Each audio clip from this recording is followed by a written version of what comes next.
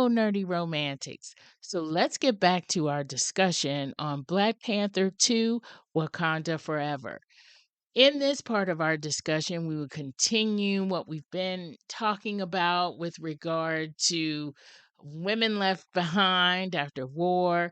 We're going to talk a little bit more about other things in the movie, and we are going to give this movie a Goodreads rating. So stay tuned.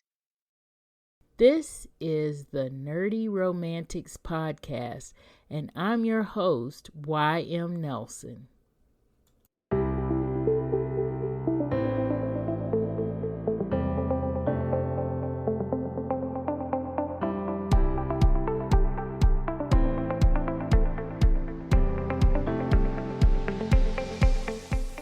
Well, I mean, but where is it? By the way, You say, we say there's no men in this, but I mean, just think about the first one. The first one was the villain. He's gone. I mean, the first one we had the villain, Killmonger, and he's gone, dead.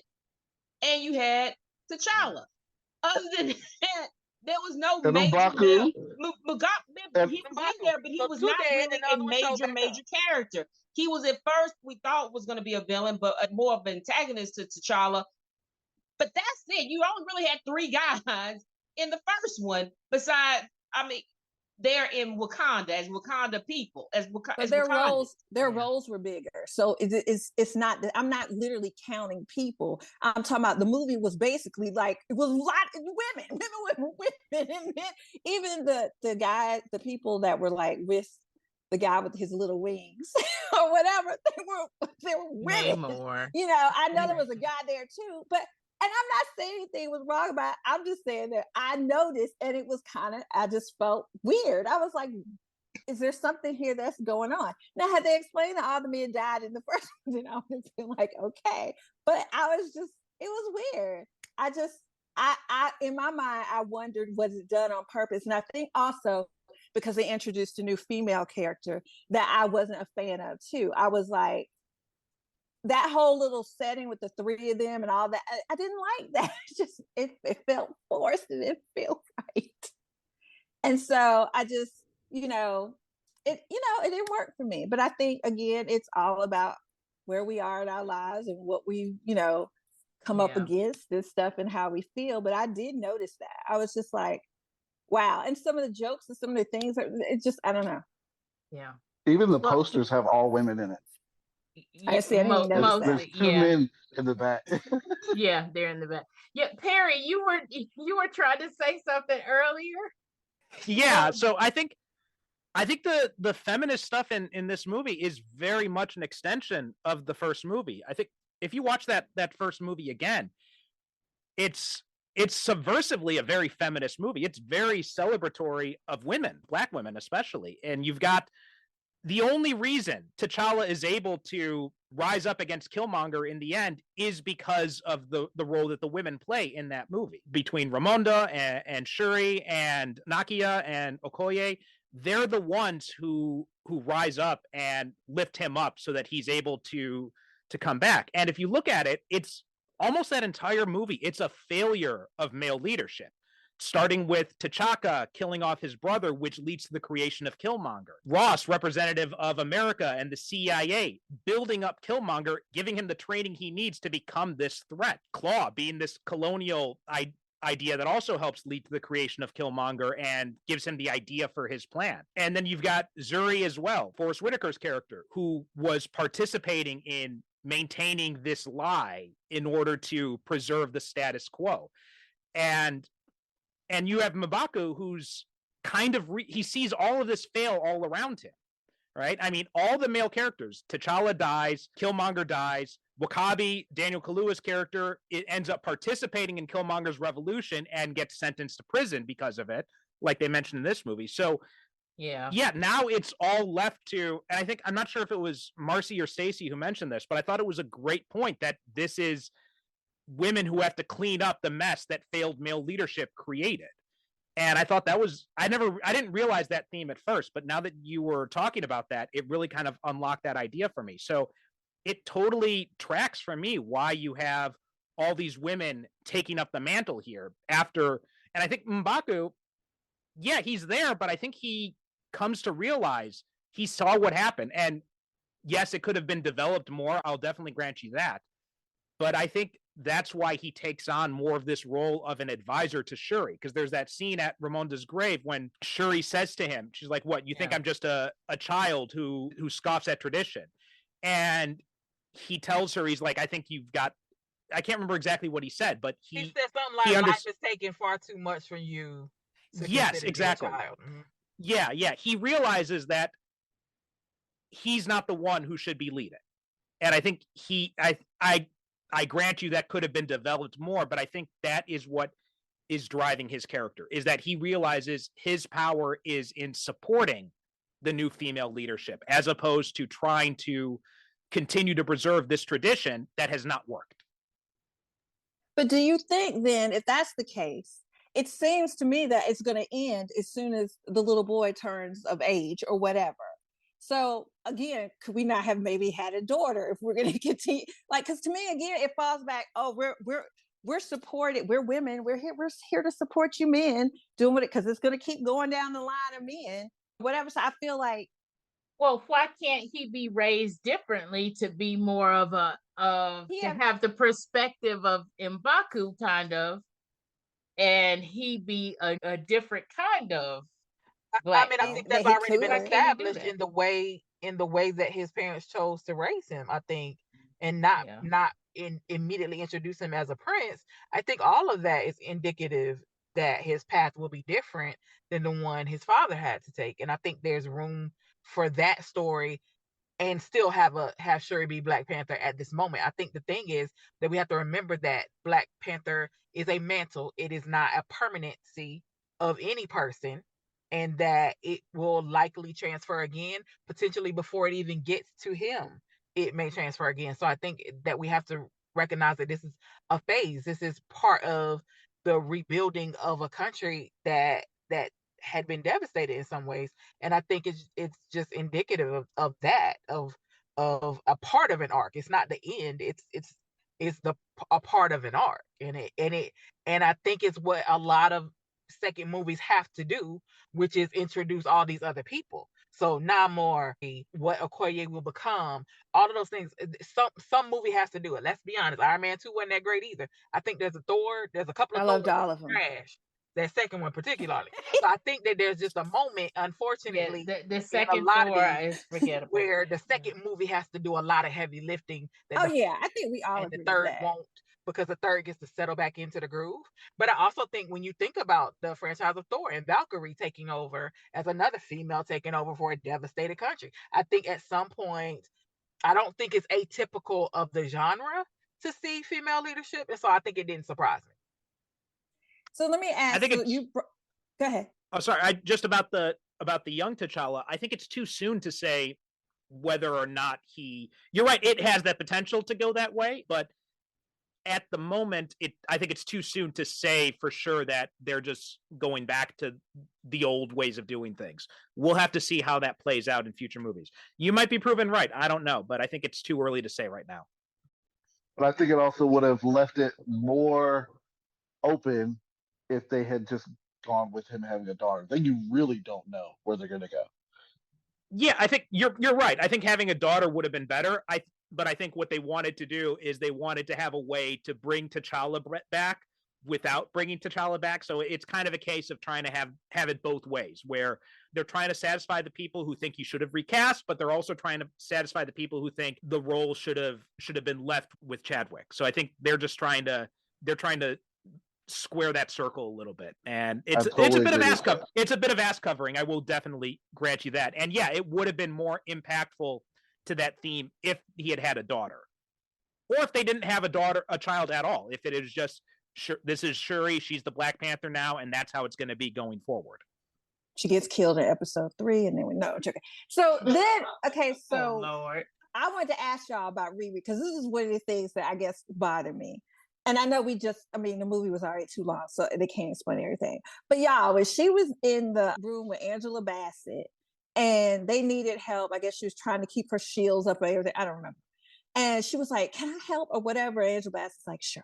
So she runs up to the wall that none of us even knew anything was there. And she is gone. I'm She didn't have to learn nothing. There was no password she had to put. It was just like, it's little things like that throughout the movie that just kind of, again, I was like, how does she know what she's doing? And don't but by that point, she'd already been in the lab with Shuri, so I don't. That wasn't Shuri's lab that she was standing in. Shuri's lab is no, but she had already been in the lab with Shuri, so she was familiar with the technology, the who and the what. She may be familiar with the technology, but I wouldn't expect her to be familiar with the program. So she may have, hey, I've used a Mac before, but why she would know about the security protocols that she's doing to keep the shields up, I don't feel like that's what she was back there doing while she was working on her little Iron Man suit. So to me, it didn't make any sense. And it just, again, in the normal context of stuff in real life, we wouldn't expect anybody to be able to do that. And it just felt like it wasn't explained. And so again, her whole character, to me, she's this whiz kid out of nowhere in school. She acts a little silly to me. And then, like, there were so many parts of this movie it just didn't do it for me. And the thing is, I didn't hate the movie at all. I enjoyed it. But like when you go and you like kind of break it down, I really don't know. I can't tell. No, I did, but you know how I am. Like, and this is interesting to me. I feel like people who are very invested in it and who had that background and stuff, y'all are going to always have a different, because you're seeing stuff that you read about. You see it come to life. It's working for you. I'm on the outside and I'm like, this don't make no sense. But you have more information than I do, so that would make sense. But I'm telling you, as somebody who's just sitting here trying to be entertained, y'all know how I am. Any other movie when they do jump like that, I'm like, that don't make no sense. I would be the same way here. It didn't make any sense to me. But if you're like, no, she actually wrote that program. She would know how to use it. I didn't see that in the movie, so I didn't know. I can only go by what they showed me. And it was little things like that I was just like, I wish we could have explained that a little better, because it just takes away little things from the movie because I get stuck on it. I'm like, yeah, right. I think that's just part of the suspension of disbelief in movies in general. Like when you see them guess a password, because nobody in movies uses a complex password. Everyone just uses the name of their pet or something like that. It's the same kind of idea. It's one of those little inconsistencies from reality that you just kind of accept to keep the story moving forward. And there are movies that you expect to have to do that from. So like, I haven't seen this movie, but I expect Cocaine Bear to be one of those where I have to kind of separate that. But I guess when I was looking at going into Wakanda and stuff, I wasn't expecting it to be that obvious. Obviously, I don't know enough about the scientific realm and stuff that there's tons of little things that could surely get passed by me, whatever. Those things would be fine. But I guess I just thought in this movie, something to me that seemed like a big what would not have just slipped through the crack. I think when Shuri asked her in the lab, how long did it take you to do this? And she was like, a couple of months. I think at that point they were trying to set you up to let you know this girl is a genius. Like she's tech level. So when I saw her take it up and guess her way through it, like it didn't shock me that she would be able to. Guessing it all. Guessing would mean hitting the wrong button maybe or something. There was no guessing. She knew exactly what she was doing. And also she had spent the rest of her time in the labs. That's where she came when she got there. So I think for me it wasn't necessarily surprising. Also, when you wrap it up at the end and you see them still working together in the lab, she was with Shuri when she helped to create the flower. Like to me, it wasn't. I didn't suspend a lot of disbelief to figure that she was familiar enough to work her way through that. But so to me, I didn't have to suspend a whole lot of disbelief for that part. That was the least of it. There were some other parts where I felt like it was, but I will say that I agree, and I feel like we spent so much time in Namor's backstory that I do feel like we got cheated on everyone else's. Agree, because I really wanted to know about Wakanda. I could care less about Namor and his stuff. There may be a time for his movie and his backstory because it was really pretty to watch, obviously. But like I said, after the first one, I was really wanting to be in Wakanda a little longer and not just for a funeral. And I think we traded that to understand the underworld and where he came from and to see, and not that I didn't want that, but I do feel like it did force us to rush through everybody else's arc so we could spend a lot of time with his and then see Shuri evolve at the end. I do feel like there were a lot of places where we didn't get to develop we really didn't. Like I said, I think we left Okoye really unfinished. I think to your point, Dana, Riri kind of got thrown in. We see her, and then I think I do agree that, but I also the movie was already at 3 hours at this point. I mean, I don't know how much more any of us could have taken, and so I don't know what I would have done differently if I had been Ryan Coogler. But I do feel like an end scene, like a post credit scene with some information in it would have been helpful. Because I do think we got cheated, and maybe it's because he doesn't know where the story's going after this, and maybe that's what it is. But I do feel like it got there was so much going on that certain people. I think you're right about M'Baku too, that we kind of got to see him evolve in the background, but all of a sudden he's wise. I mean, I do think there were places where the people we're familiar with, their arcs got rushed so that we could learn this new character. And now I'm confused because I'm not even sure if he's going to like, is there, do we have to watch him again? And that's why we needed to know so much about him now. Like, I think that was the thing, is it got rushed and we didn't get the benefit of the people that we knew already. So I agree with you on that part, Dana. And for Namor to be, well, I think of Namor a lot like I think of Killmonger, in the fact that he's like a justified bad guy. And from what we see of his origin story and everything, that helps us justify it. That helps us be like, okay, like we're justified in him being who he is and want to, burn up the surface world and all of that kind of stuff. But I feel like, and maybe it's just because I get where Killmonger is coming from, where his whole backstory was coming from. I get that whole thing because I'm a Black woman in America, and I'm of a certain age and have parents who are of a certain age. So maybe we just get that, versus we may need a little bit more here. But the thing is, we didn't really need a little bit more here once we saw him go back up on that surface world and those people being enslaved and everything. You didn't really have to do anything else to tell me backstory, right? We didn't really need anything else there to tell me backstory. Just give me that kind of portion to give me the backstory. Just like with Killmonger, we had that scene when his father is killed, and you just needed that one scene and that context within that scene to know, okay, I know where this guy is coming from. We just needed to have that one scene where he goes back up to the surface world to bury his mother, and we see that, and I'm fine. I just need that. And I will say the whole beauty of the underwater world where he lives, that whole scene, I think it's a little bit too long, but that was beautiful. That kind of took me back a little bit to, like, it not as intensely, but you know how when we first saw Wakanda and we first saw them fly into Wakanda, you had that awe, you had that, oh my gosh, in the first movie, you have that, it's beautiful. And so we kind of have a little bit of a resurrection of that feeling there.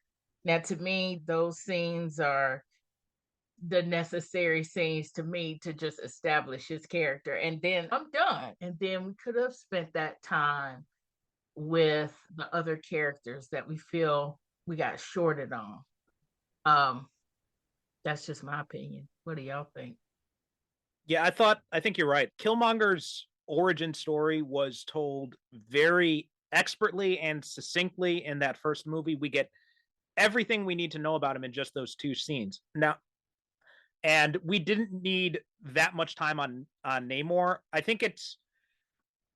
I'm wondering if maybe they were nervous, because Killmonger's story is very much rooted in real life situations, right? The Rodney King assaults and all that kind of stuff, and the persecution of Black people in America. So I think maybe they figured, oh, the audience will get this. We don't have to spend too much time on it. And I wonder if maybe they were nervous if the audience would see the parallels between the Talokanians and the and colonized people in general if they didn't spend more time on it, or maybe they just wanted to show us all this underwater stuff. I don't know what it is, but I do agree that it did go on a little bit too long.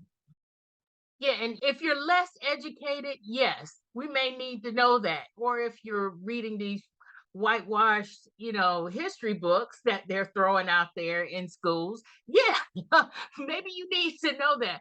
But if you know anything about the transatlantic slave trade and about colonization or anything like that, you just needed just those couple of scenes and you get it.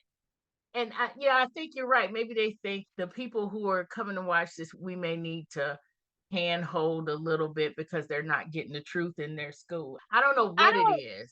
I don't know if it's that, but I think once you build the world like that, you gotta justify paying for it, and so I think you gotta spend some time there in order for the expense of building. But the thing is, Marcy, is that unlike Killmonger, Namor is still alive. So we can go back to his world. And I think that's exactly what they're going to do is go back to his world at some point. I agree. No, I'm just saying if there's any reason for it to drag on that long, it was probably financial.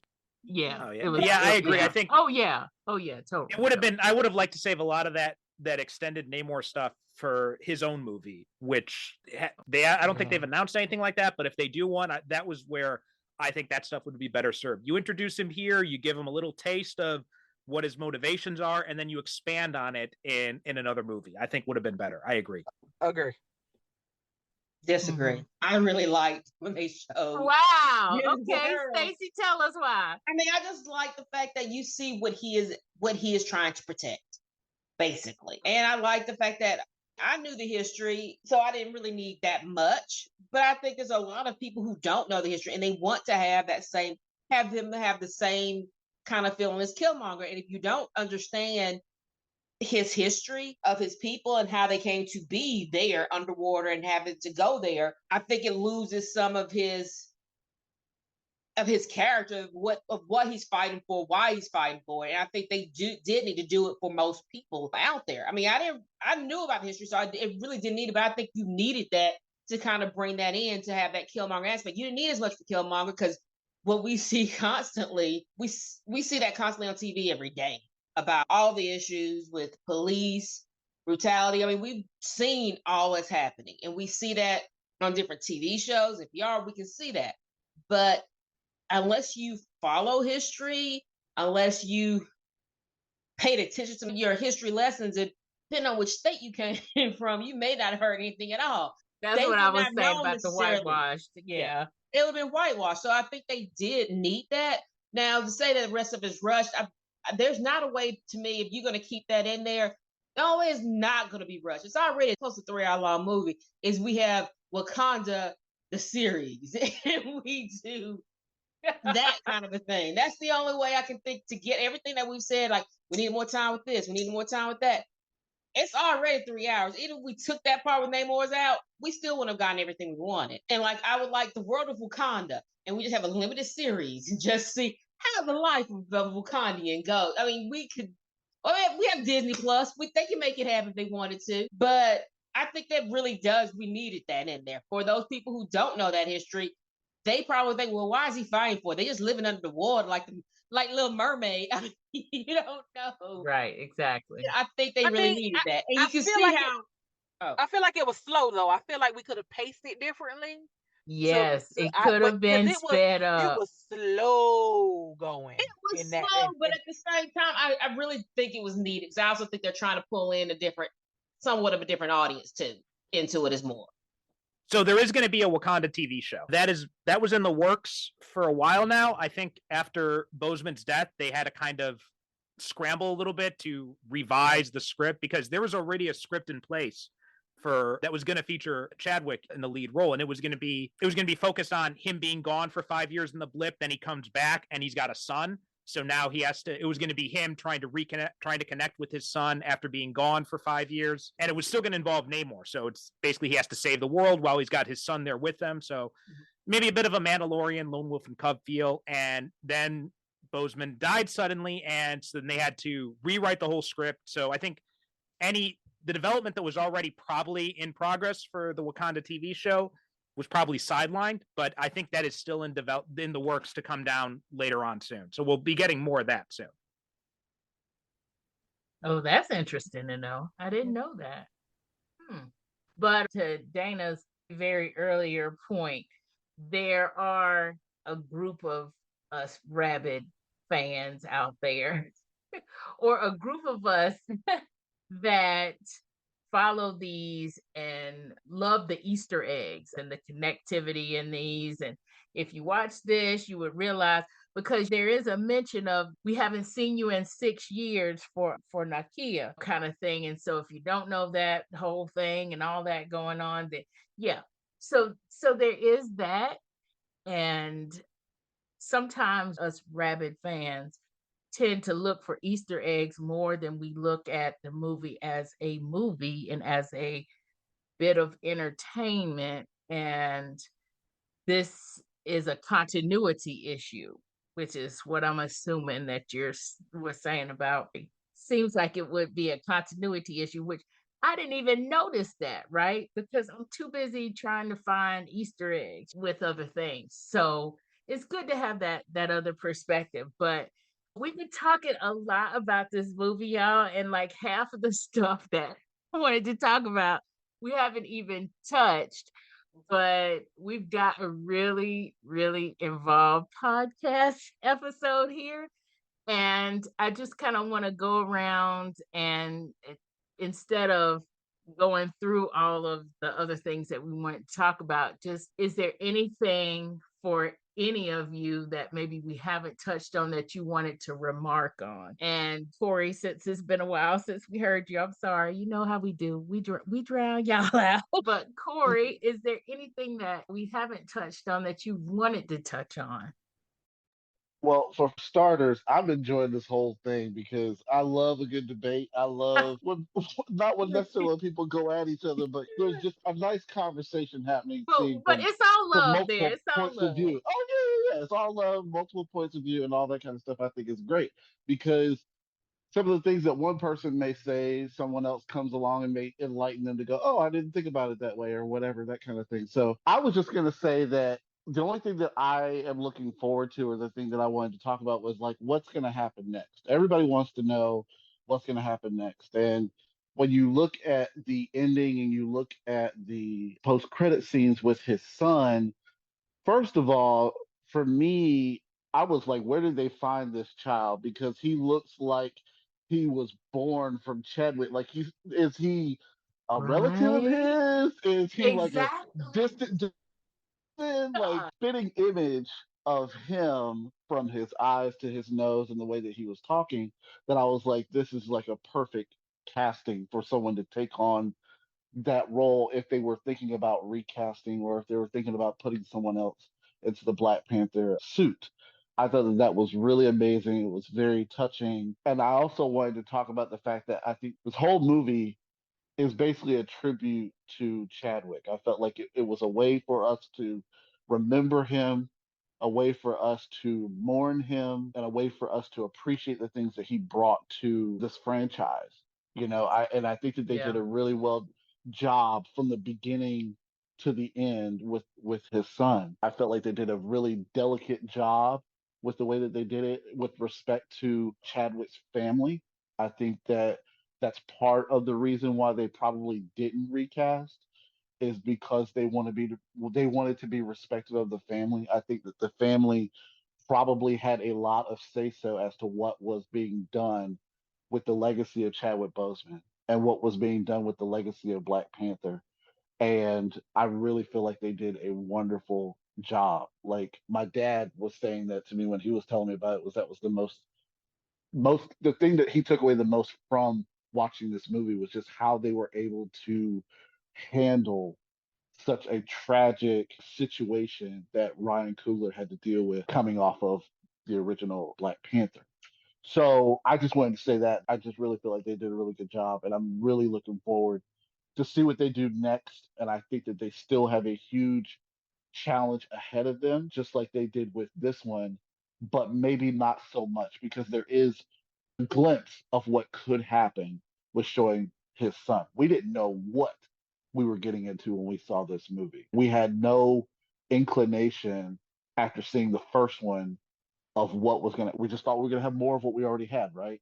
We didn't know what we were going to get into this. And when you throw a wrinkle into um, this world with something real life event that happens like that, it does leave everybody up to wonder what's going to happen, what's going to happen. I think that they probably had tons of fans who were trying to dig into every single website, every single tweet, every single viral video or spoiler video that somebody caught on set to see what they were going to do with this film.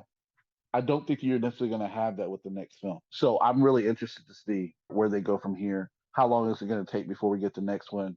Do we need the next one? Is it possible it's just going to be a TV series and that's it? Like what truly is going to happen? And so that's pretty much how I ended from Wakanda Forever. What I took away from it in the end. Wow. Yeah. Dana, what about you? Is there something that we didn't touch on, or do you want to maybe talk about what do you think is going to happen next, kind of thing? Yeah. Sure. Tell us. So first of all, your listeners already know you don't invite me to the party unless you want to fight. So I'm glad to bring it. But I guess I want to say that I am very aware of all the hard work and everything that goes into making movies. Like Corey and I are the people who at the end of the movie, we always sit there and watch end credits.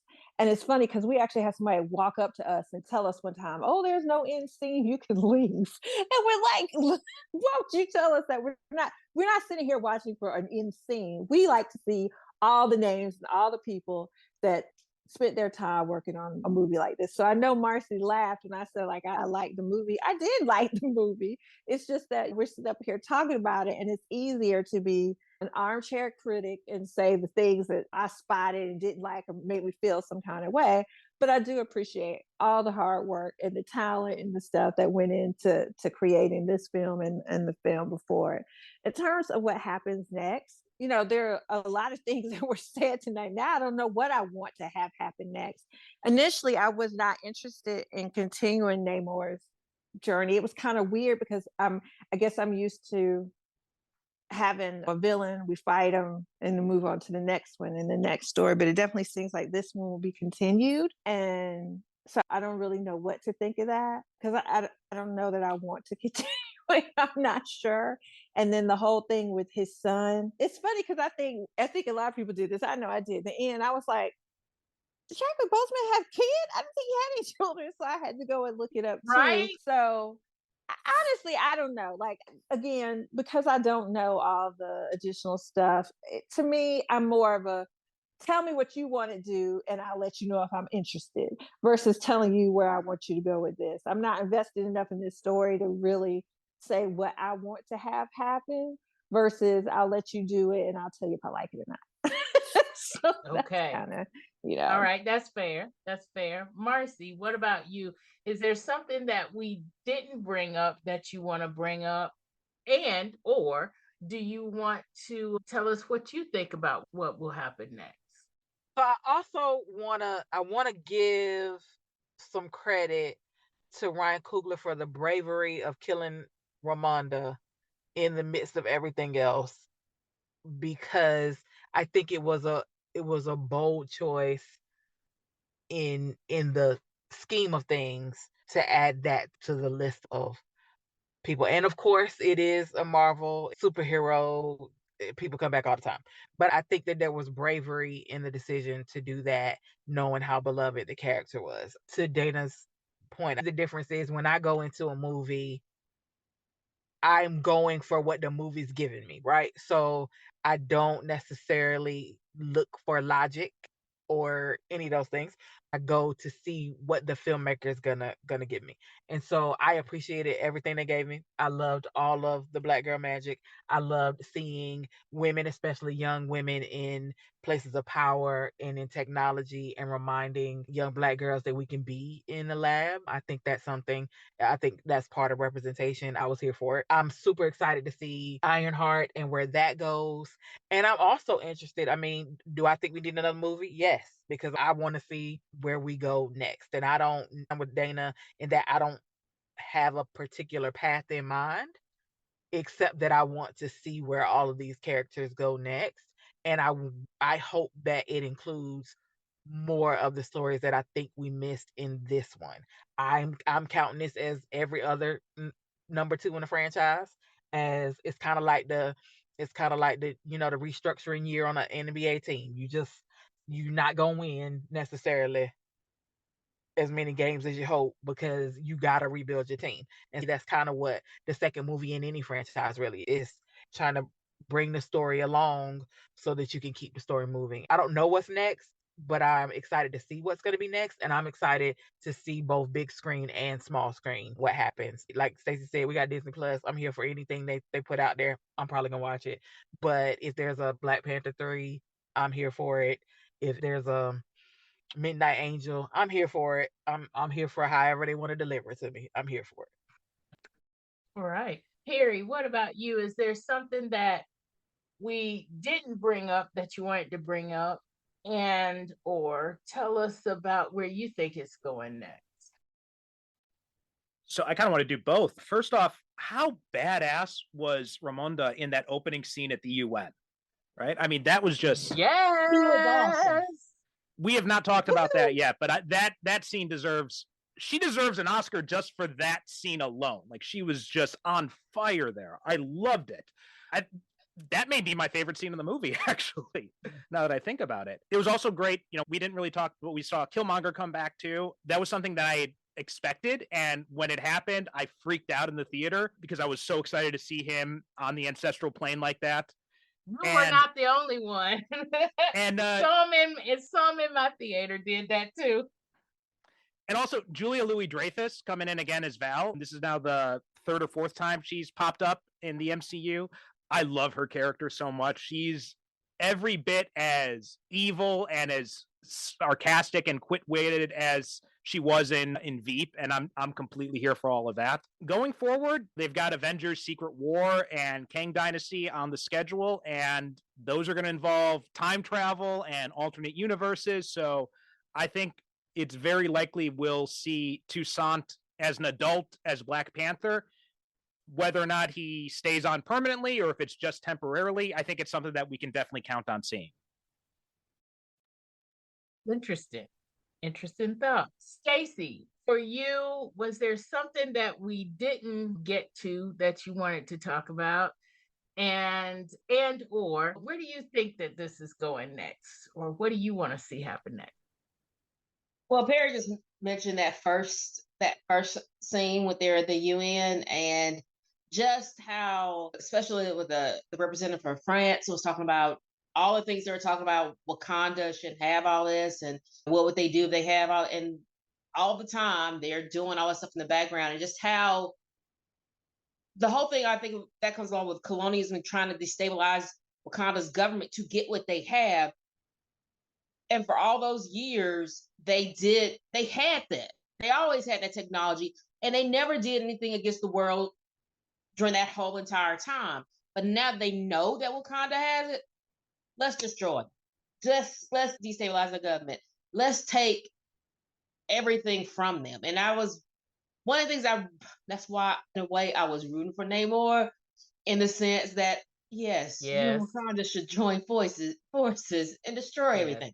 But I'm not destroy everything, but they should join forces. Now, when it comes to what's next or what I'm excited about, I mean, I'm not saying that if they bring anything, I'll watch it. But right now, I mean, I just feel I'm not really like, oh my gosh, I can't wait for the next one. I can't wait for the next thing. Or now, I mean, now that Perry said that there's going to be a TV show or something like that, that's great. But I'm not really feeling like, oh, I'm not on my edge to see about any movie right now. So, and it might just be the place I am wise. So I'm not really particularly like gung ho about anything. Now, granted, if you're going to make another movie, it better not be a Hawkeye or Falcon. Then make it a Black Panther. I would rather see that than those two. But I'm gonna have to say that, I mean, this movie was good, and they do make a Wakanda 3. I'm going to see it just like I saw the first two. But at the same time, there's nothing really overly excited. I can't wait to the next one. I'm not feeling that.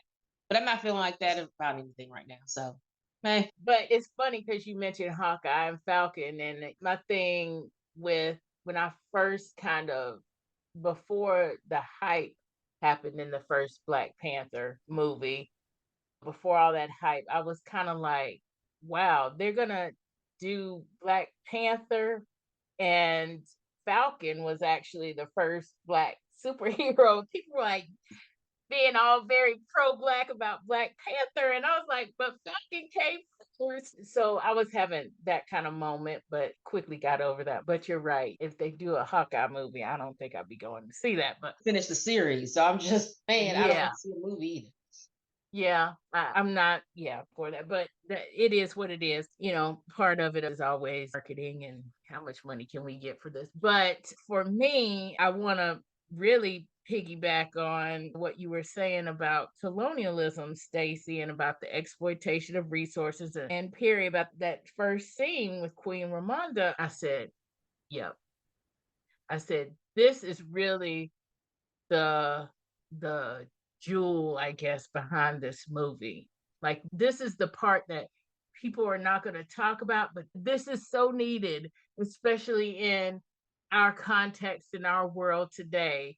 If people go and see Black Panther and people going to see, oh, who's going to be the next one or whatever, and then they get this history lesson underneath it with Namor and with all of that underneath it, I'm like, job done for this movie, because we really need that education. We really need it. Not for me, but for everybody else that's getting these books. But anyway, I could just keep going on that, but I won't. But that was the jewel for me. The second thing, because this is not just the nerdy podcast, this is the nerdy romantics podcast.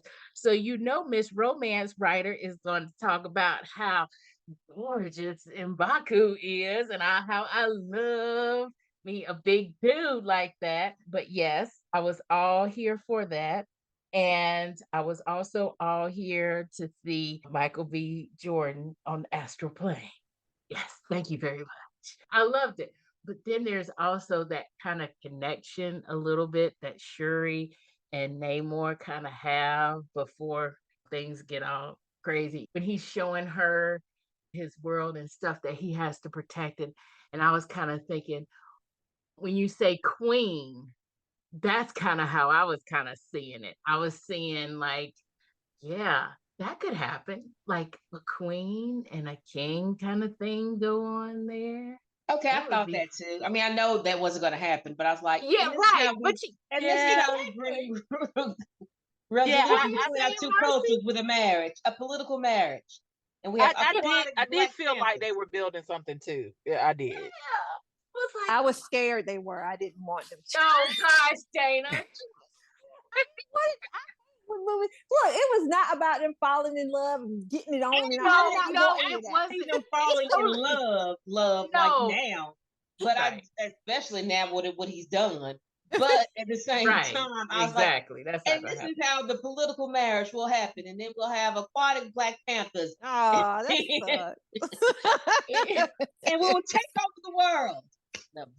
God. It was a definite, they definitely established a connection there. I clocked that both times. I thought they did it really well. I agree with Dana. I'm glad they didn't go full out with it into full blown on romance, but I did like the little hints, and because Shuri's in a similar place to Namor in that, where the whole, like she says to Ramonda, I want to burn down the world, and if I think about my brother too much, and Namor's in the exact same place. So I thought it was nice to establish that connection between them. Yeah.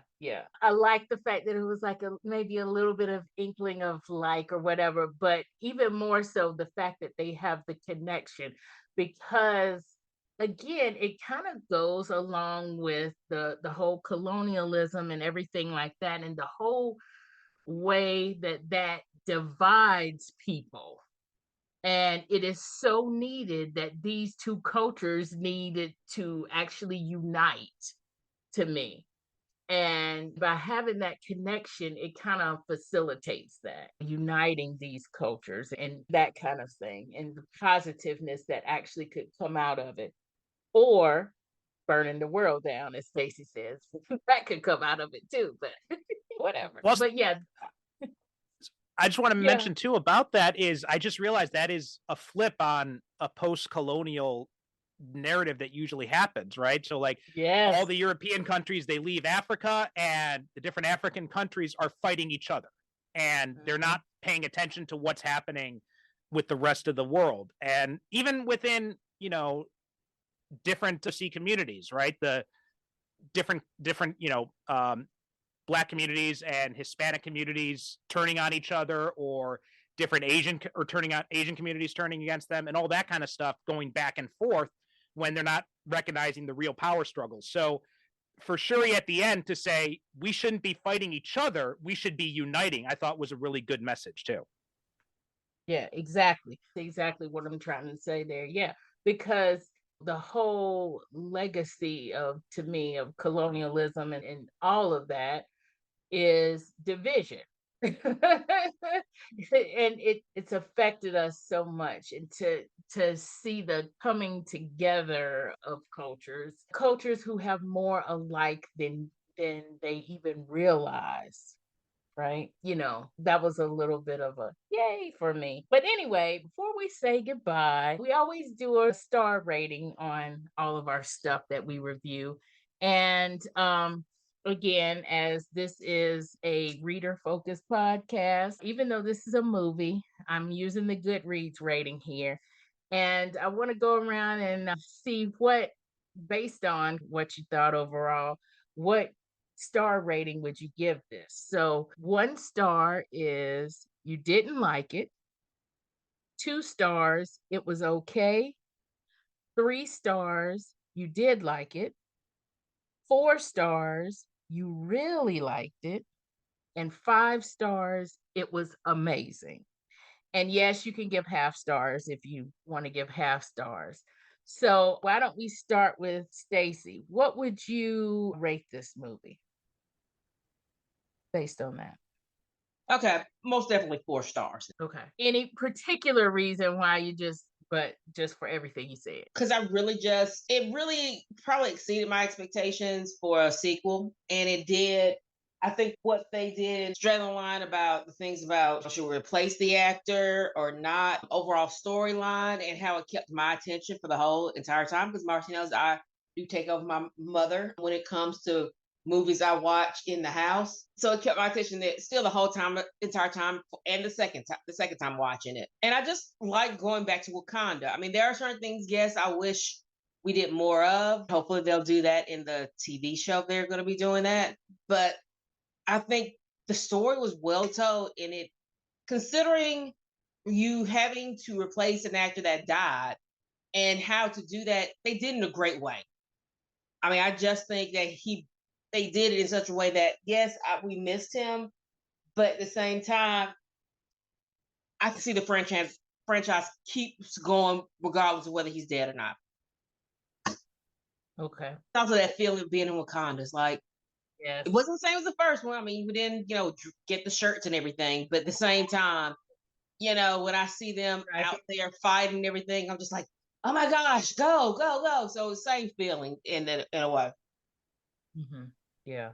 Yeah. Corey, what about you? What star rating would you give it and why? So I would give it 3 stars. I liked it. However, I don't think that it has replay value to me. I tried to watch it a second time, and the whole time I just kept saying, this movie's too damn long. This movie's too damn long. And it was one of those where I just wanted to fast forward to the good parts. I think my takeaway from the whole film is that I just appreciate what Ryan Coogler did. I think I've said this multiple times on this podcast, is that I feel like I just appreciate what Ryan Coogler did to allow us to mourn Chadwick Boseman, also appreciate what he did, and then also what he had to do to overcome that challenge. So I really appreciate that. I don't really care so much about the plot of this whole story, what was going on, but there are a lot of things that I did like about it. I love the visuals. Still love the actors. I feel like they brought to the table the same characteristics that they brought to the table from the first one. I just wish that some things could have been tightened up a little bit more, and some things maybe written a little bit different in my in my eyes. But I'm not the writer, right? I have to appreciate what the writer and the director brought to the table, and I do appreciate what they did, but there's just some things that I would have changed. So I would probably give it a 3 star, and it's online with other sequels out there. They're not as great as the first one. They're just, they're okay. Now there are some bad sequels. This is not a bad sequel, and I would recommend it to those who are interested into what happens, next from the first film, or those who are invested in the Wakanda universe. I would recommend it to those people, but I would say that this is a film that it doesn't stand alone on its own. I have actually seen some sequels before I've seen the original and didn't feel like I needed to necessarily see the original to do that. I feel like this film does hinge a lot off of the original film. And so, for that reason alone and other little things, I'm going to stick with 3 stars. I mean, I liked it, but it's just not that great. Yeah. Okay. Dana, what about you? What's your star rating and why? Okay, sure. So my star rating is a 3. Like I said earlier, I thought it was good. I liked it. I do want to also say my star rating does not look into what was going on and the fact that we lost Chadwick Boseman. I'm just talking about this movie by itself, what I thought when I watched it. So I gave it a 3. I won't say why because I think y'all have heard a lot of our reasons why I don't want to start up anything. Okay. But what I will say, just because I know Stacey mentioned it, is them having a TV show. I'm actually very interested in that. Like normally when somebody's like, oh, we're going to turn a movie into a TV show, I'm like, oh Lord, I'm not really excited. But I think to me, I really loved Moon Knight and WandaVision.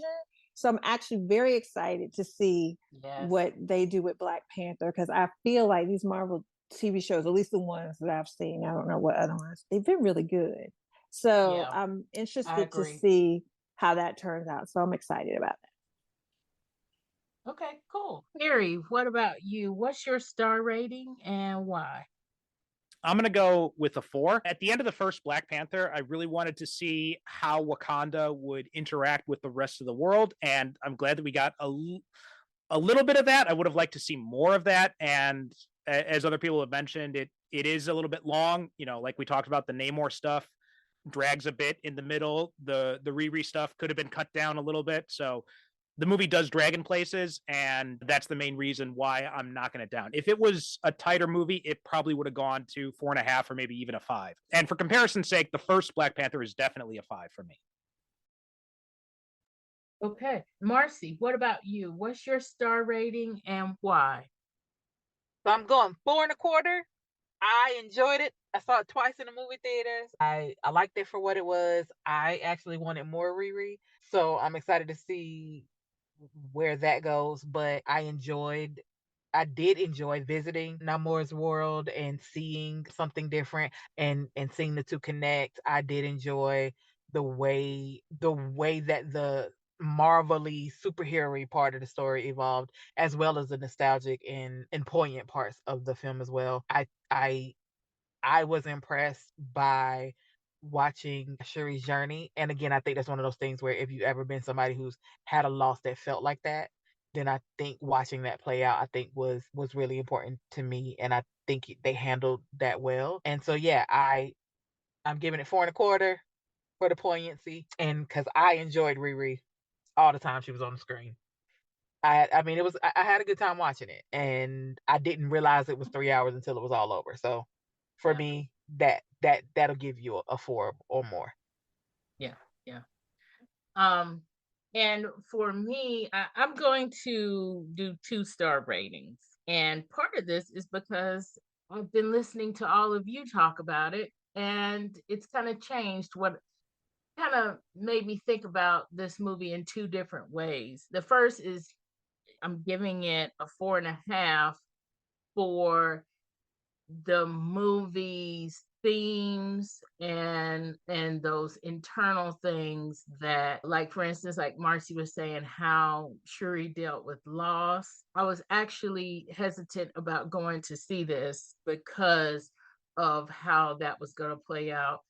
And personally how I would feel about how that played out on screen. And yeah, I did cry, but I cry at teddy bears. So let's, it is what it is. But to see the way she dealt with that was really strong. Of course, also what I was really excited about and happy about, not excited about because that would be going into the movie I was excited about, but after I saw it, what I was really happy that they did was to show this whole picture of colonialism and all of that, to have it be that kind of a, what I'm hoping will be a learning experience and an educational experience for people who need that, or for people who didn't know it before.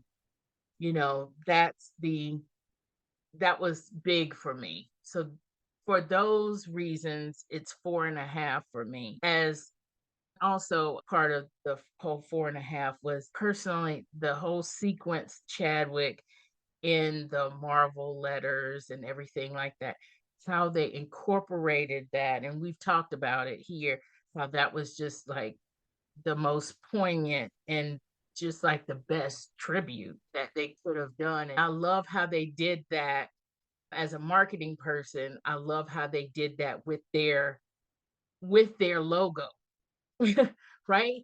They used their logo to pay tribute to this. It was amazing to me. I really, that I was happy to see it. And a lot of people, that when I went into the theater, which is why I'm glad y'all talked me into going to see it in the theater, but the people in the theater, that was one of those moments that they had. And it was one of those moments that it's silent on screen and it's silent in the theater.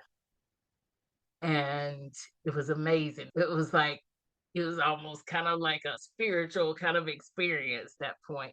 So that's the 4.5.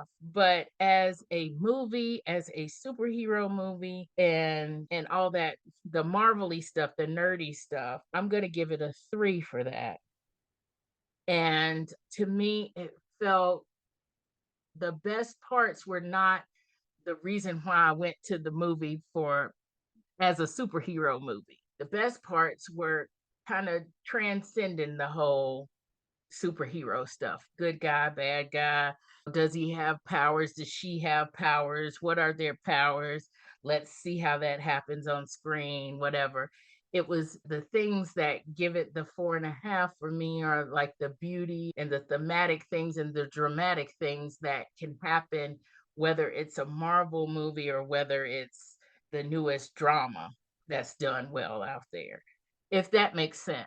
But yeah, as a superhero movie, and if you're going into it, and this is just my opinion, again, I'm not a comic book nerd, but I am a superhero nerd. But if you're going into it for the superhero, the action sequence, all of that stuff, I'm giving that part a 3. It was good, but it wasn't the best thing I've ever seen. So that's where my rating is. And I am just so happy to actually talk about this movie with some y'all. I love the fact that y'all came on and y'all talked about this movie and argued about it. And I feel like we had such a good time. Agreed? Yes?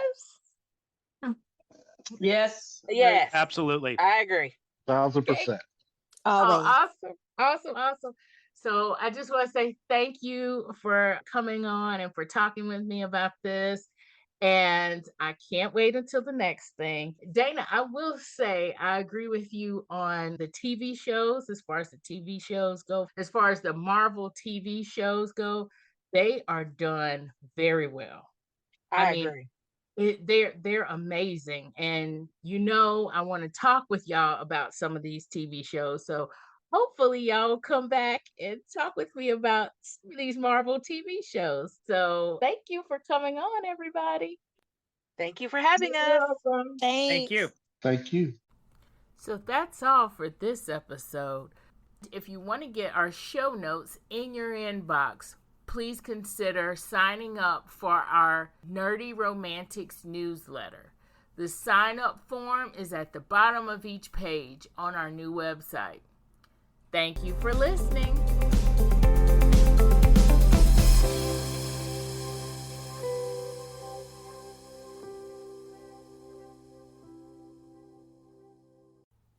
Stardate, not too distant future.